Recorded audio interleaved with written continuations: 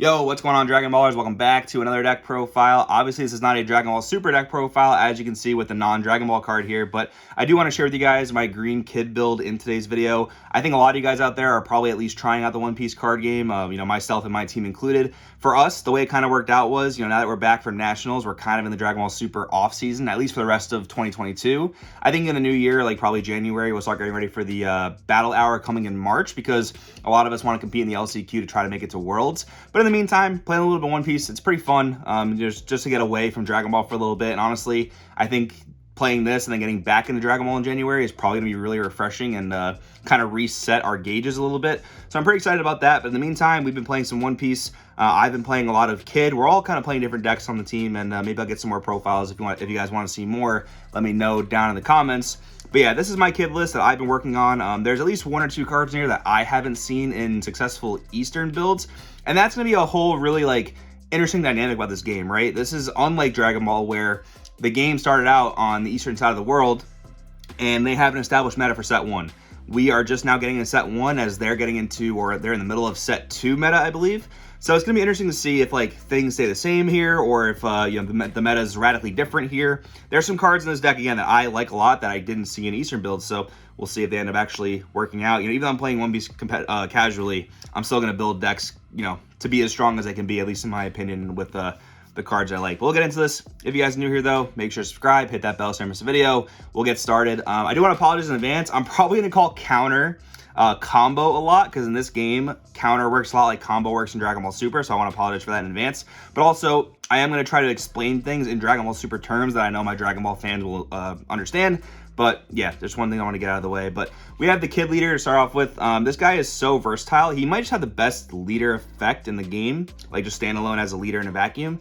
Pay 3, pitch a card, and then you can restand him so he can attack again. And in this game, you stack Dawn under cards to give them power, so you can swing with them for 9, use 3 Dawn, restand him, swing for 9 again. That's a lot of pressure going towards your opponent. One thing I want to mention is that, in this game, there's a lot of cards, or, depending on how you build your deck, there's a fair amount of cards that don't have counter power. So when I open hands that have a lot of uncounterable cards, I guess you could say, I oftentimes use this 3 energy effect a lot more than when I don't have a handful of uncounterable cards. So yeah, when I basically have a dead hand that I can't counter with, I will just, get a lot more swings off with my leader to try and make use of those cards as best I can, right? Because you can't play all of them. It's not possible. You can't play them, you can't charge them, and you can't counter with them, so you might as well pitch them and get more swings with your leader. But anyways, we'll get into the main board. We'll start with the 2Ks. In this game, your 2K counters are kind of equivalent to your super combos. So you're playing 4 copies of Scratchman. We're playing 4 copies of Izu. Both of these are searchable by different cards. And then we're playing 1 Beepo. So I'm playing 9. A lot of lists I've seen play 8. I kind of wanted to trim down on the uncounterable cards, or the cards without counter power, because I found myself playing a lot of games where I didn't have cards in hand that I could counter with. And I did try one of the more recent first place lists. I think it was from a Singapore tournament, pretty large tournament. I tried the kid list, I got first place, and again, had a lot of cards in hand I couldn't counter with.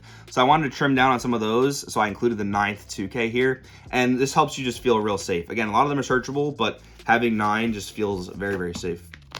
All right, then for 1-drops, super standard, we have 4 Jewelry Bonnie and 4 Capone. So, of course, you want to start the game with these. I also have 2 Momo. Now, I feel like 2 Momo is interesting to talk about.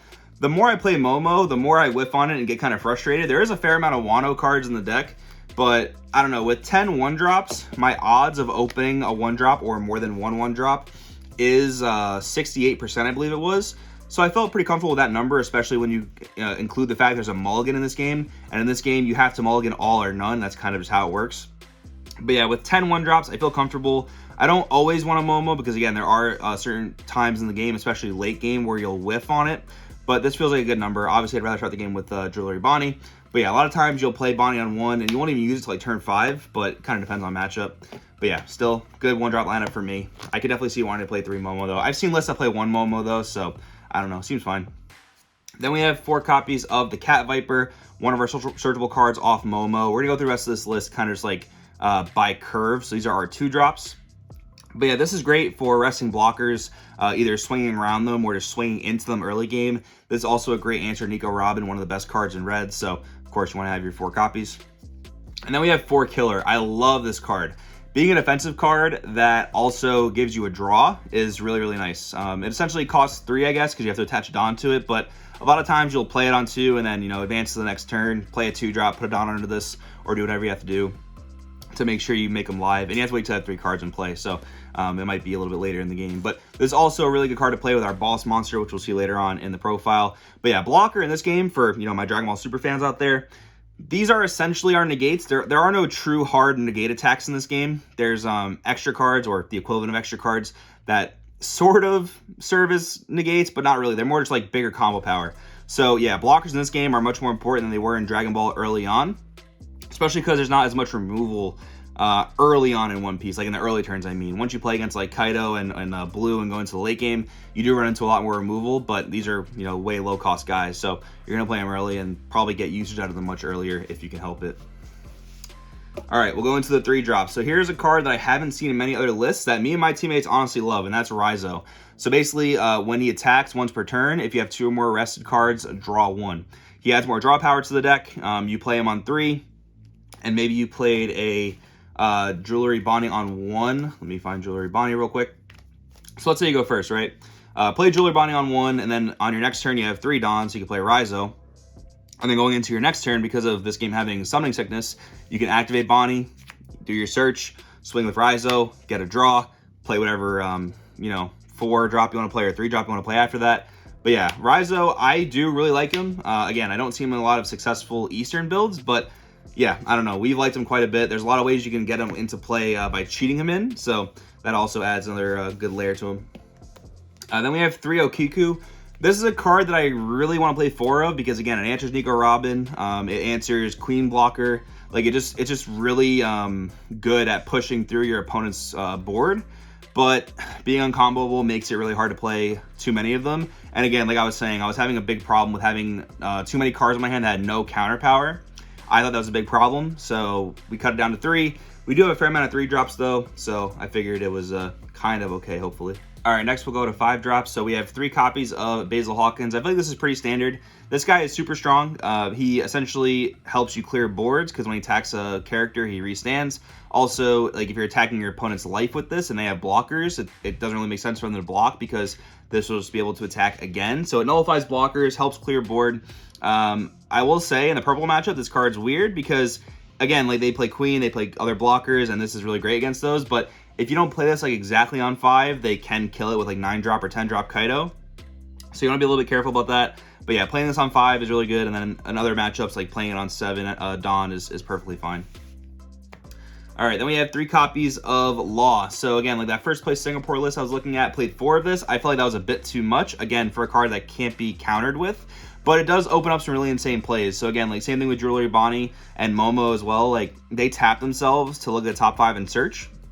So being able to play this, bounce that card back to your hand so you can, 1, counter with it, and 2, it's just not a free battle card or a character for your opponent to attack into, and then play another 3-drop or less, like Raizo, like Okiku, like Killer, and set up for a blocker. This does open up a lot of really neat plays. So yeah, seems really good.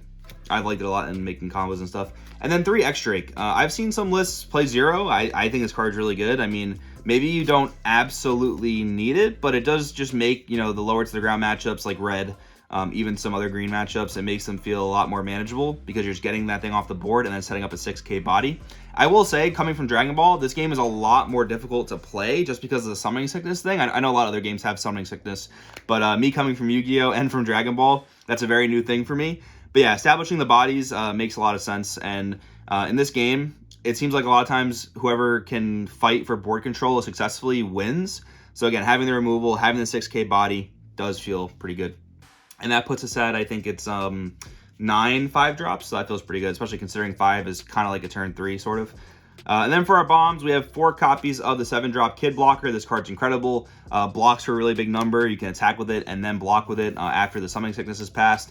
I kind of wanted to try 3, but this is another, again, unlike Dragon Ball Super, we don't draw the vast majority of our decks. So in games where you really want to play this on turn 4, you might not have it if you play 3. You might not even have it if you play 4. You might not hit Jewelry Bonnie or hit it off Jewelry Bonnie. You might not even open Jewelry Bonnie. So yeah, I don't know if 3 of this can ever be correct, but this card is really strong. Just the only downside is that there's no counter power, which is kind of unfortunate. I wonder how this game would have been if they designed it with everything having at least 1k counter power. I think that would have been okay, but obviously it makes you have to think about deck building in a different way, so I guess you can't just play all the best cards, I guess, is one of the reasons why. And then we have 2 8-drop kids. Okay, my opinion, I could be totally wrong, and I'm definitely not going to pretend to be an expert about this game. This card is really hard to use effectively, and sometimes it's like a really bad play, and like this card looking so strong like baits you into playing it. What I mean by that is, if you have a completely open board and you just play this and then like use the effect to rest it, it's probably going to die in the following turn. Your opponent can just load a ton of Dawn into their leader and just run over it. Or if they have an established board, they can just use those to kill this, whatever. I think this card is insane, though, like game-winning when you have your own established board. So let's say, you know, I have... Where is this guy? Let's say I have a Capone on board from maybe the previous turn, and then I can use this thing's effect, which would probably be my 10 Dawn turn. I can use that guy's effect to play a killer, right? So I have 2 blockers, and basically once you have blockers on board, you're kind of dissuading your opponent from just loading a million Dawn in their leader or any character they have in play and just swinging into this, because if they commit too much Dawn, then okay, cool, I'm just gonna block. If they commit too little Dawn, then you're just gonna counter with cards from your hand, right? That's kind of one of the dynamics of playing this card. But if you play this card without any blockers or any form of defense, this guy just gets ran over. Again, maybe 2 is not correct, maybe 3 is the right number, but I wanted to reduce the number of cards with 0 counter power in the deck. And this card's, again, very hard to use well. And I play against a lot of purple, mainly, or at least past couple days, it feels like I have. So a lot of my other stuff's been getting removed from the field.